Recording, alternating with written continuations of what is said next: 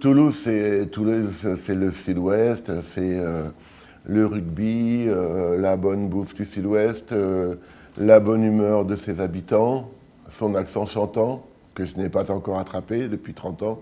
Ben, ça évoque du travail, de la bonne ambiance, des gens qui aiment vivre, qui aiment faire la fête. Le rugby, bien sûr.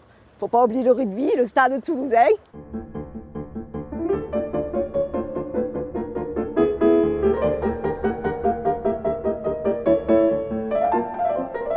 C'est la capitale de la grande région Occitanie maintenant, qui est une région que je porte dans le cœur et où je trouve des valeurs différentes des autres régions, des spécificités de langage, des accents qui roulent comme les galets de la Garonne. Avant j'étais parisien, aujourd'hui je suis toulousain. Et toulousain c'est une autre vie carrément. C'est du nouveau, c'est au niveau des accents comme ceux qui disent du pain ou chocolatine.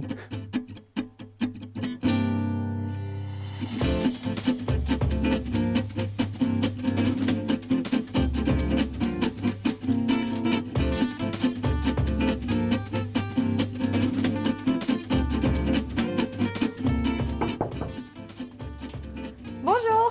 Bonjour. Je suis la journaliste pour l'interview. Bonjour, Oui. désolé, c'est un peu en retard. Bonjour.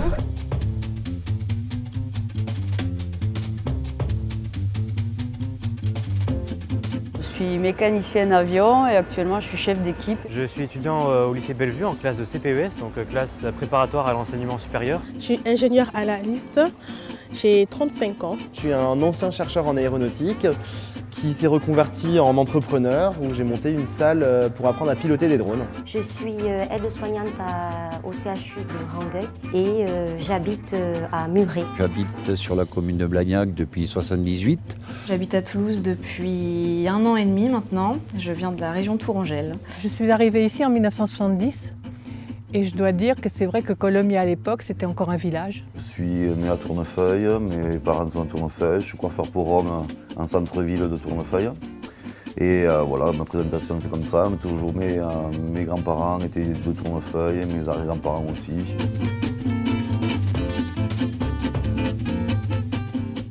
Toulouse a un passé de ville marchande et sur les abords de Toulouse, il y a beaucoup de petites villes qui étaient des repères au Moyen-Âge pour les chevaliers.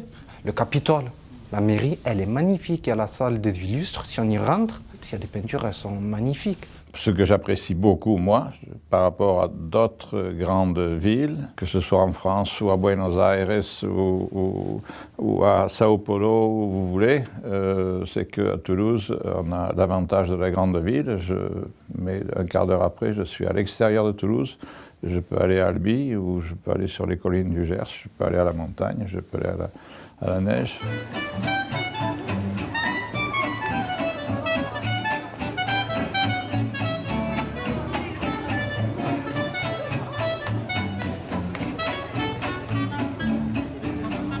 C'est une des villes très importantes de la France, après Paris bien sûr. Pour le travail, c'est moderne, les logements restent quand même moins chers qu'à Paris. C'est une ville intéressante pour le travail, c'est pour ça qu'il y a beaucoup de gens qui viennent. Toulouse, pour moi, c'est une des plus belles villes d'Europe, peut-être par chauvinisme, hein, parce que j'y vis et que j'aime beaucoup cette ville. Je pense que c'est une ville également qui a un fort développement économique, de par aussi Airbus, et par effectivement les grosses entreprises qu'il y a sur la région. Je trouve qu'elle est très centrée sur plusieurs activités, à savoir Airbus principalement, et ça fait bizarre de se dire qu'une ville vit majoritairement grâce à une grosse société, et de se dire que si celle-là elle a un petit problème, il n'y aura plus grand-chose sur Toulouse au final, puisque c'est ce qui rapporte le plus à Toulouse. À la Cité de l'Espace de Toulouse hier soir, 6000 curieux regardent le décollage. Thomas Pesquet est acclamé par la foule.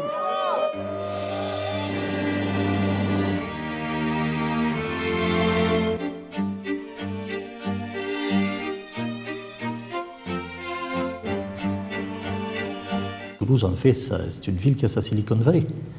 Et sa Silicon Valley, c'est ce quartier, avec l'université, le CNRS, les grands laboratoires, les grandes écoles d'ingénieurs, le CHU, Toulouse, pour moi, c'est une ville de la matière grise. Déjà au niveau des études, on a quand même une grande diversité dans le sens où on a des personnes de l'étranger, des étudiants étrangers qui viennent à Toulouse. On en a beaucoup et d'autres qui partent. Donc déjà, ça te fait une certaine mobilité par rapport à un flux de population.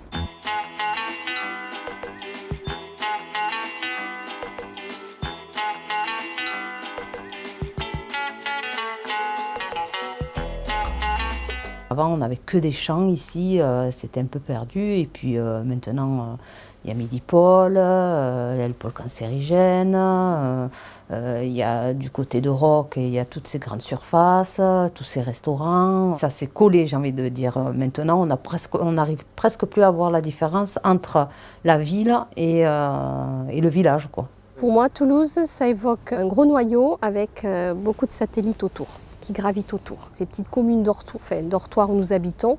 Et c'est vrai qu'on est quand même happé vers Toulouse parce que Toulouse, c'est là où tout se passe. Où va Toulouse? Écoute, plus haut, comme le A380. Plus haut, plus fort. Toulouse sera une ville référence.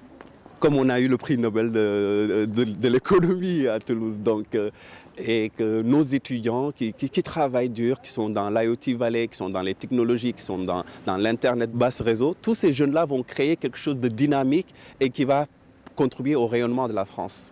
Ça se passera à Toulouse.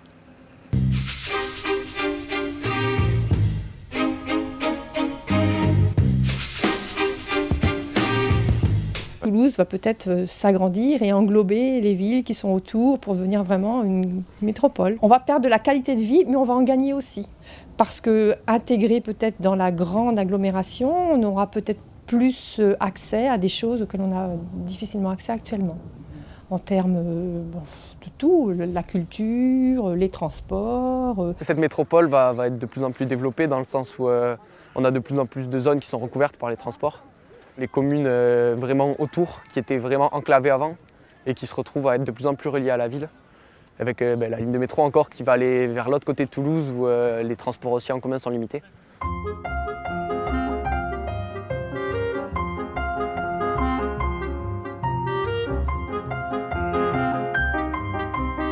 Comme toute grande métropole qui s'adapte à l'économie actuelle, c'est une certaine propension à s'agrandir et la problématique que ça entraîne, notamment sur la mixité, etc. Donc on a plus tendance à écarter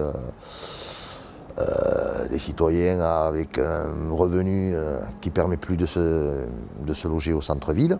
On peut se rendre compte que voilà, ça prend beaucoup d'extension. Après, est-ce que les gens vont continuer à communiquer entre eux? Est-ce que les gens vont continuer à faire des choses entre eux?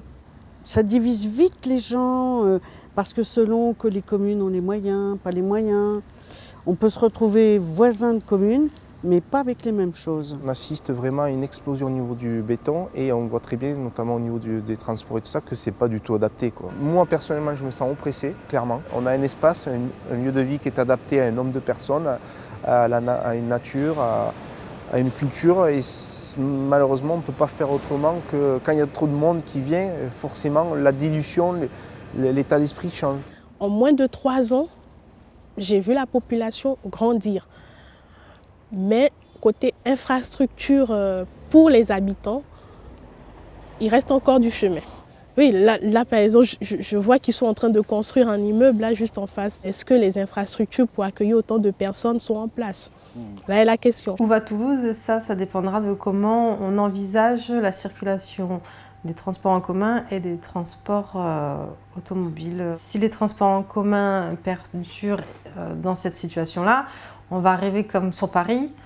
Et si les gens sont venus vivre à Toulouse, c'est pour quitter Paris, c'est pas pour avoir un deuxième Paris. Il n'y a pas tellement de lisibilité sur le plan de la volonté politique de faire Toulouse une ville qui absorbe cette nouvelle population, qu'on puisse les accueillir sans avoir ce sentiment de dire oui, avant c'était mieux. J'ai confiance en fait en cette métropole. J'ai confiance de par l'ouverture et la diversité, de par l'investissement aussi de ses habitants, du militantisme aussi humain, social, culturel que cette ville en fait elle est en ébullition en fait pour moi.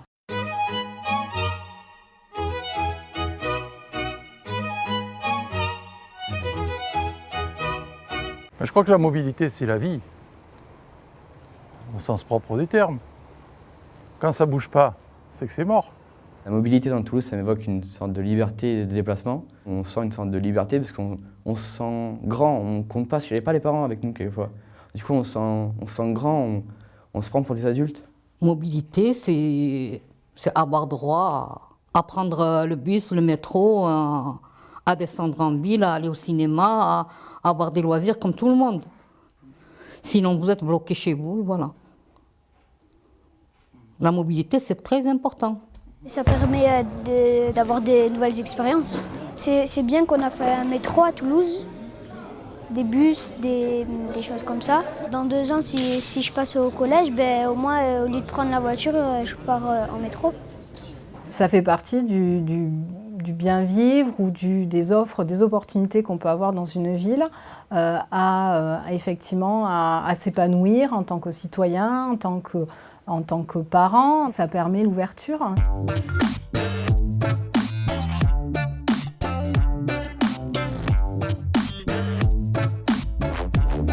Pour moi, la mobilité, c'est essentiellement le fait d'aller à mon travail tous les jours en ayant le moins de contraintes possible. Et mon dernier déménagement a été conditionné par la ligne de métro. Je dois mettre le moins de temps possible pour arriver au lycée. Quand on recrute quelqu'un et que le gars vous dit moi j'habite à, je sais pas moi, à Nailloux ou à Ramonville ou à La Beige ou voire plus loin, déjà il y a un a priori compliqué parce que la personne, on peut imaginer que quand elle aura passé 1h30 dans les transports tous les matins, dès qu'elle aura l'opportunité de trouver un boulot dans ce secteur, il y a des chances qu'elle change d'emploi. Quand on est dans une approche de recrutement, c'est pas la finalité. La finalité, c'est d'embaucher quelqu'un, de le former et puis de compter sur lui dans la durée. Le fait d'interdire de plus en plus le tout voiture, les gens ne viennent plus. Ils n'ont pas envie de prendre leur voiture, de s'arrêter dans un parking, de prendre le métro, de venir. Ça devient le parcours du combattant. Je ne vois pas aller faire mes courses avec le tram ou le métro, quoi.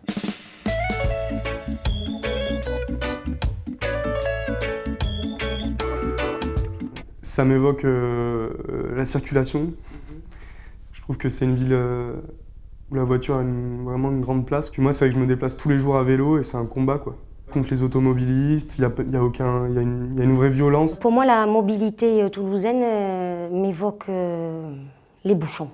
Fatigue morale et fatigue physique. Et peur de ne pas arriver à temps à l'école pour récupérer mon fils. Et peur de ne pas arriver à l'heure à mon travail. On ne sait pas à quoi s'attendre. Il y a des jours où ça va très bien se passer, mais le lendemain, c'est pas sûr. Et c'est très variable. Quand on quitte le travail, il y a une deuxième journée qui commence pour rentrer à la maison. Ouais.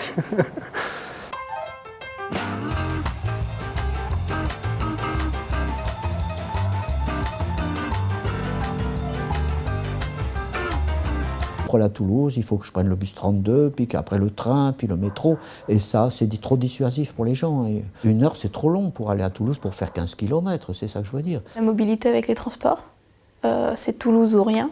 Pour aller à Cugnot, à Frouzins, à Muret, surtout à Muret, à Pinsaguel, il faut prendre une dizaine de bus différents pour aller à une destination de l'agglomération. Je suis dépendante et si mes parents ou personne ne peut m'emmener, je reste ici, j'ai pas d'autre choix. Depuis qu'il y a eu cette ligne B et le tramway, je trouve que c'est plus facile de se déplacer. On peut aller déjà chercher du boulot un peu plus loin, parce que c'est vrai qu'avant on se limitait à entre Basso-Cambo et Balma-Gramont. Donc là maintenant on peut aller un peu plus loin avec la ligne B.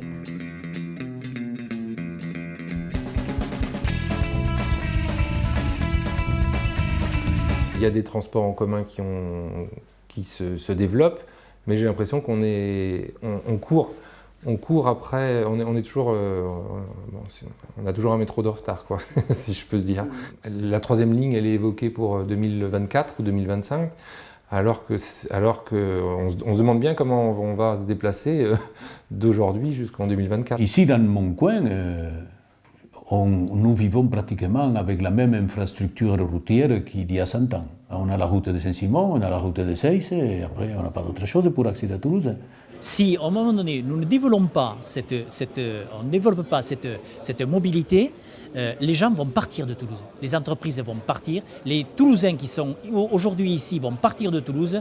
Et c'est un enjeu majeur. Si on veut que les gens continuent à rester dans notre grande métropole, continuent d'y vivre, continuent de venir y travailler, il faut absolument actionner les leviers qu'il faut pour dynamiser cette mobilité.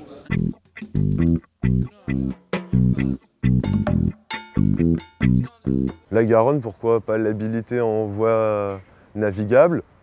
Parce qu'elle a été utilisée comme voie navigable pendant des années, ce qui a amené la création du canal du Midi, hein, bon anniversaire. Et du coup, là, elle n'est pas exploitée, alors qu'elle fait quand même une belle liaison dans Toulouse et la métropole. Et à part pour faire de l'aviron, elle n'est pas naviguée autrement. Je pense que le téléphérique appliqué à Toulouse pourrait peut-être résoudre certains problèmes pour ces gens avec la rocade. Peut-être que les gens laisseraient leur voiture, ça desservirait peut-être des quartiers, que là les gens sont obligés peut-être d'y aller en voiture. Ça ouvrirait peut-être une nouvelle voie de mobilité aux gens. À Montréal, j'appréciais le fait par exemple, d'avoir une application Google qui me dise « Je suis ici, je veux aller dans les Laurentides ». Et on va me dire tout de suite, ah ben voilà, tu vas prendre tel chemin et tu vas mettre tant de temps, que ça soit en voiture, en transport, à vélo, à pied. Bon, ici j'ai vu, ça marche pas. Veuillez suivre l'itinéraire indiqué, puis le guidage commencera.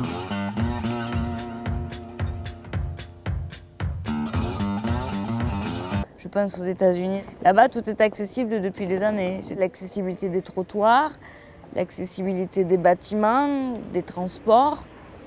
Ça me renvoie à tout ça et il y a beaucoup de retard là-dessus. Je pense qu'il faut surtout que les gens s'habituent à ne pas prendre leur voiture. Il y a même un système qui était pas mal que j'avais vu en Italie. On pouvait prendre une voiture, celle qui était le plus près de chez vous, on l'empruntait, on la déposait quelque part. Et ça, je trouvais ça génial aussi parce que c'est rapide. Qu'est-ce qu'on pourrait changer en matière de mobilité dans la région? Alors, peut-être le covoiturage en entreprise, voire avec plusieurs entreprises. Airbus a des bus qui transportent leurs employés. Pourquoi dans une autre entreprise pas du même gabarit parce que ça va être difficile, mais pourquoi les gens ne le feraient pas à petite échelle? Peut-être que j'interdirais tout le centre-ville à la circulation sauf les gens qui habitent, comme au centre historique de Florence, tout ça. Bon. Et pour ça, il faut des infrastructures qui permettent aux gens, lorsqu'ils prennent le transport en commun, de laisser leur voiture, parce qu'il faut bien qu'ils arrivent au transport en commun.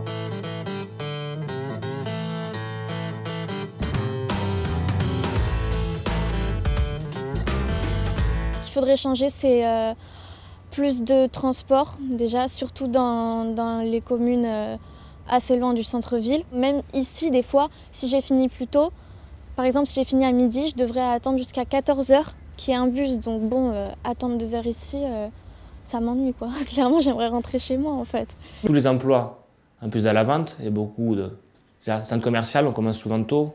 J'ai raté plein d'offres d'emploi à cause de la mobilité. Pareil le soir, comme je dis, 20h, dernier bus. Enfin, les boutiques, souvent, ferment à 20h30, 21h, donc ça me ferme des portes.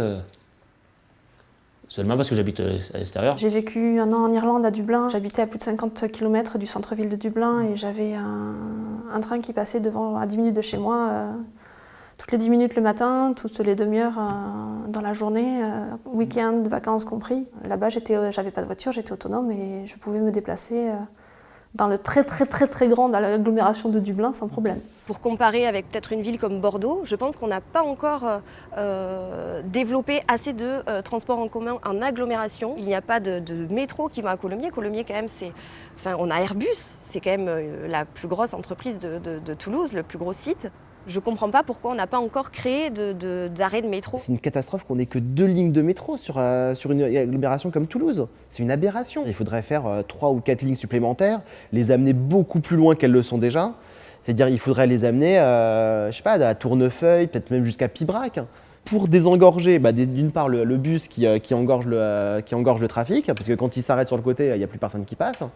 Et vous aurez une infrastructure qui sera beaucoup plus efficace, beaucoup plus compétitive, et les gens prendront vraiment le métro.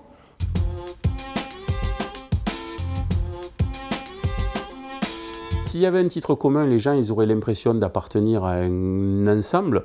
Aujourd'hui, quand vous écoutez les adolescents qui discutent entre ceux qui ont accès à Tisséo, même s'ils habitent à 10 km ou 15 km du centre-ville de Toulouse, et puis eux qui habitent à 20 et qui n'y ont pas accès, ils ont l'impression d'être des citoyens de seconde catégorie. Ils ont l'impression, pour reprendre leurs termes, qu'ils habitent la Pacoule. Pour la mobilité dans Toulouse, il faut voir plus loin. Moi, ce que je reproche à Toulouse sur cette mobilité, c'est qu'on voit à court terme et à très très court terme. Des lignes de métro qui ont été faites où on n'a pas pensé à avoir une rame supplémentaire au cas où il y aurait du monde qui arriverait. Pour moi, là, il y a un manque. Ce qui serait bien, c'est que les futurs gros bassins d'emploi de Toulouse soient privilégiés dans les transports de demain. Toulouse a toutes les compétences, l'infrastructure naissante pour que demain on ait des transports en commun qui soient adaptés à une économie, à une population, mais aussi à une innovation et faire en sorte d'avoir des transports en commun en fait high-tech pour demain. Peut-être aussi permettre aux gens de rester dans Toulouse. S'il y avait plus de logements abordables au niveau du loyer ou d'accession à la propriété dans Toulouse, il y aurait sûrement un progrès au niveau de la mobilité parce que les personnes iraient au travail ou à pied ou en vélo et utiliseraient justement le système des Vélib toulousains. Il faudrait penser, en même temps que le développement urbain se fait, à faire aussi le développement des transports. En matière d'urbanisme, j'espère qu'on pense à tout, mais peut-être que le problème du transport, on se dit pour l'instant, bon voilà, on verra après, quand les gens seront établis, on essaiera de faire quelque chose.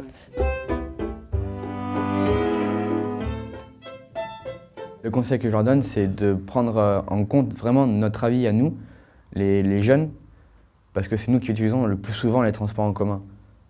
Et aussi ceux qui travaillent en ville. Mais nous, on l'utilise beaucoup. C'est notre transport à nous. Le conseil que je leur donnerais, c'est de faire davantage de réunions publiques où les gens pourraient venir et s'exprimer sur leur quotidien, leurs difficultés au quotidien sur la mobilité autour de Toulouse, plutôt que de faire dans l'autre sens, c'est-à-dire faire une réunion publique où les gens justement de Tisséo ou les politiques nous expliqueraient eux ce qu'ils veulent mettre en place. Écouter, ça veut dire, c'est pas simplement entendre. C'est aussi prendre en compte ce qui se dit. Et si à chaque fois c'est non, il n'y a pas de sous, mais après il y a les sous pour tout un tas d'autres choses, donc on décourage cette volonté de participer. Écouter, c'est bien. Je trouve ça très bien, c'est un bon début. Maintenant, appliquer ce que les gens conseillent, ça serait déjà pas mal. Nous avions une mairie de gauche, nous sommes passés en mairie de droite, nous sommes un conseil général de gauche avec une mairie de droite. Et franchement, les habitants, ils s'en foutent. Nous, ce qu'on veut, c'est qu'on s'occupe des habitants. Le conseil, ça serait de penser plus en fait, au bien général dans 20 ans qu'aux prochaines élections ou qu'à leur budget sur le moment. L'exemple typique, c'est le métro qui allait jusqu'à Ramonville, mais qui n'est pas allé jusqu'à à la Bèche. Voilà. C'est typiquement le genre de résultat où les décideurs n'ont pas vraiment pensé au bien commun. On a besoin d'avoir du sens et de comprendre pourquoi. On a privilégié plutôt le métro, plutôt le tram, plutôt les vélos. On a besoin de partager avec les élus le sens qu'on veut donner au développement de la ville de demain, de notre ville.